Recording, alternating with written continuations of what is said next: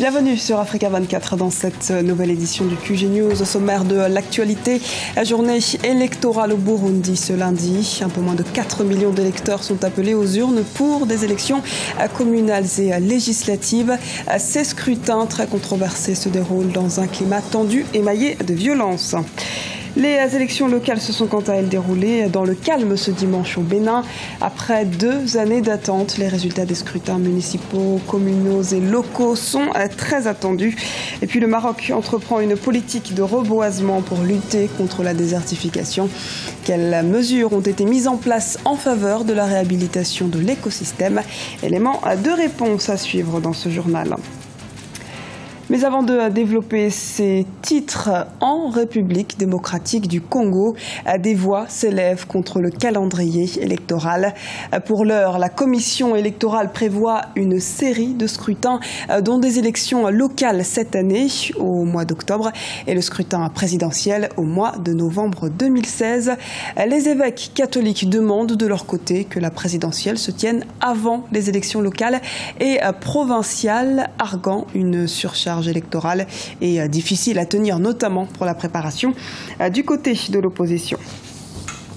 Élections législatives et communales ce lundi, cette fois au Burundi, malgré les appels de la communauté internationale qui craint que la situation ne dégénère.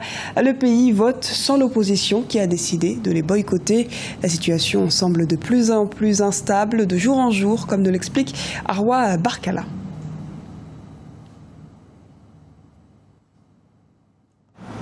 Les Burundais aux urnes et sous haute tension ce lundi 29 juin, première étape du processus électoral qui doit être suivi par des élections présidentielles. L'opposition et la société civile ont appelé au boycott de ces élections.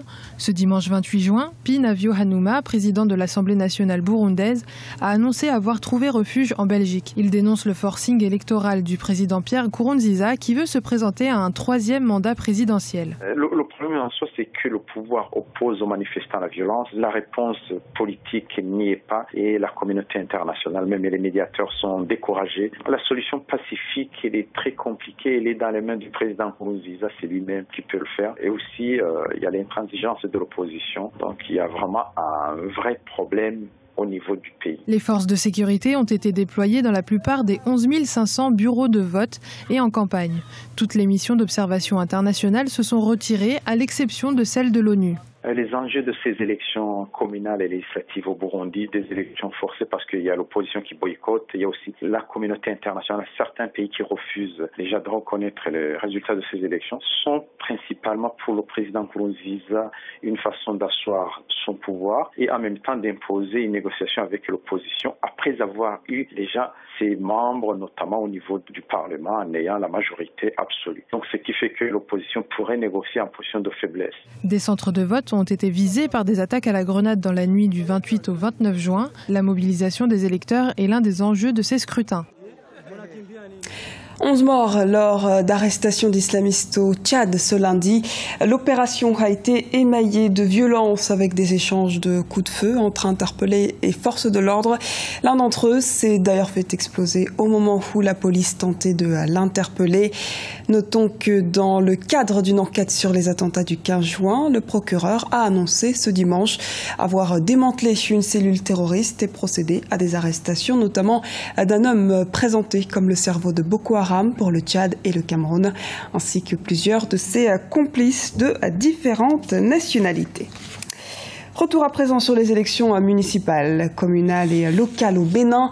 L'affluence a été faible mais s'est déroulée dans le calme. L'heure est à présent à l'attente des résultats. Les précisions de Lefty Ounou, notre correspondant au Bénin. Les premiers résultats des élections communales, municipales et locales sont attendus au Bénin. À l'entame du scrutin ce dimanche 28 juin 2015, dans la capitale économique, les heures d'ouverture des centres de vote ont été respectées malgré la pluie. Déjà à 7h25, les électeurs munis de leurs cartes d'électeurs sont venus accomplir leur devoir civique.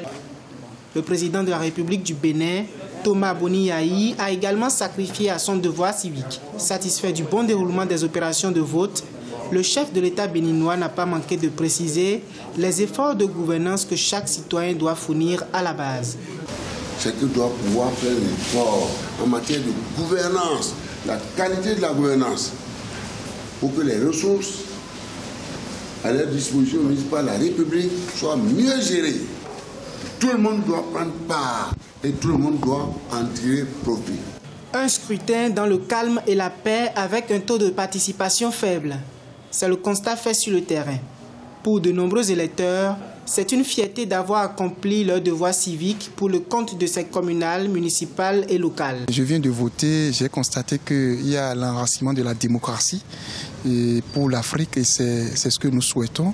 Il n'y a pas de tapage, les citoyens viennent accomplir leur devoir civique. J'attends seulement que les votes soient clairs et nets. Il ne faut pas que les gens essaient de frauder pour que le vote des citoyens soit conforme aux résultats.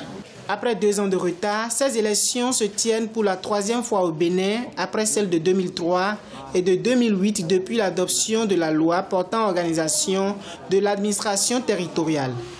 Les opérations de comptage des voix ont démarré et les premiers résultats sont attendus dans les prochains jours.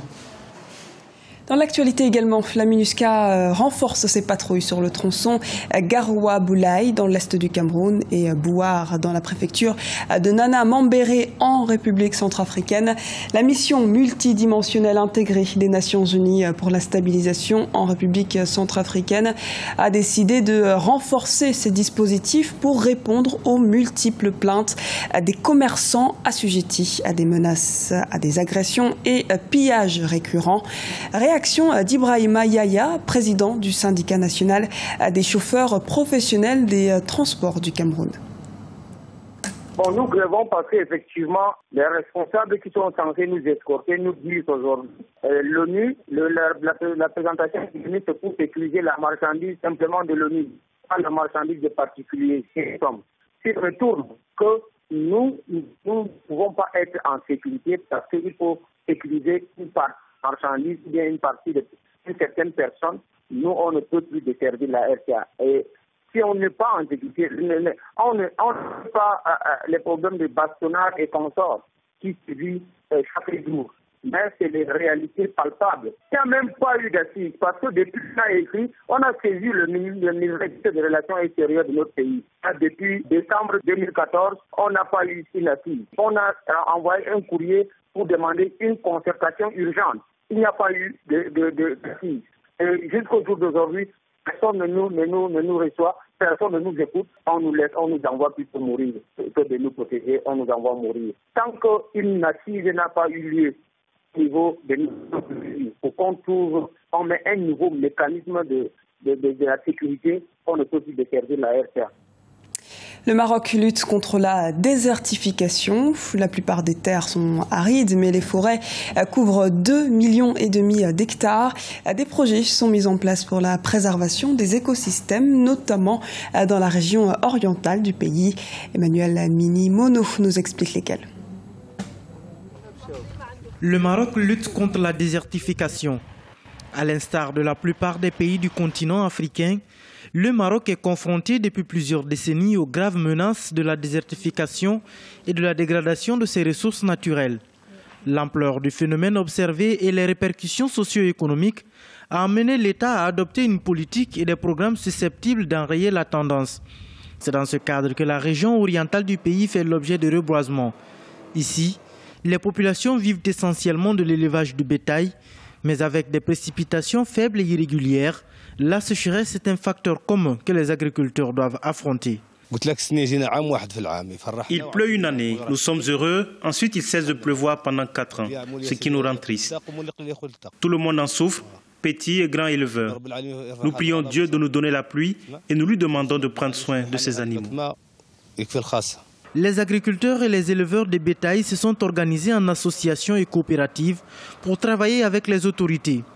Avec le ministère de l'Agriculture et plusieurs organisations internationales, le Haut Commissariat des eaux et forêts et de la lutte contre la désertification a mis en œuvre de nombreux projets. Parmi eux, les efforts visant à aider les populations locales à réduire la pauvreté. L'objectif principal est la réhabilitation de l'écosystème en général. Ce que nous ambitionnons, c'est de planter des arbres pour régénérer le sol. Il y a de nombreux avantages dans le fait d'avoir une ceinture verte pour protéger l'habitat des peuples ainsi que les institutions. Le Maroc a lancé son deuxième plan stratégique 2015-2024 de 100 millions de dollars en vue de lutter contre la désertification dans les provinces de l'Est. Ce plan sera cofinancé par le gouvernement marocain, le Fonds mondial pour l'environnement et le Fonds international pour le développement de l'agriculture. Les agriculteurs et les éleveurs ne sont pas les seuls bénéficiaires des projets. Les femmes locales ont également été organisées en associations et coopératives pour les aider à utiliser leurs compétences pour une auto-prise en charge. C'était le journal de la rédaction. Merci de nous avoir suivis. Retrouvez dans un instant une nouvelle édition de l'actualité sur Africa 24.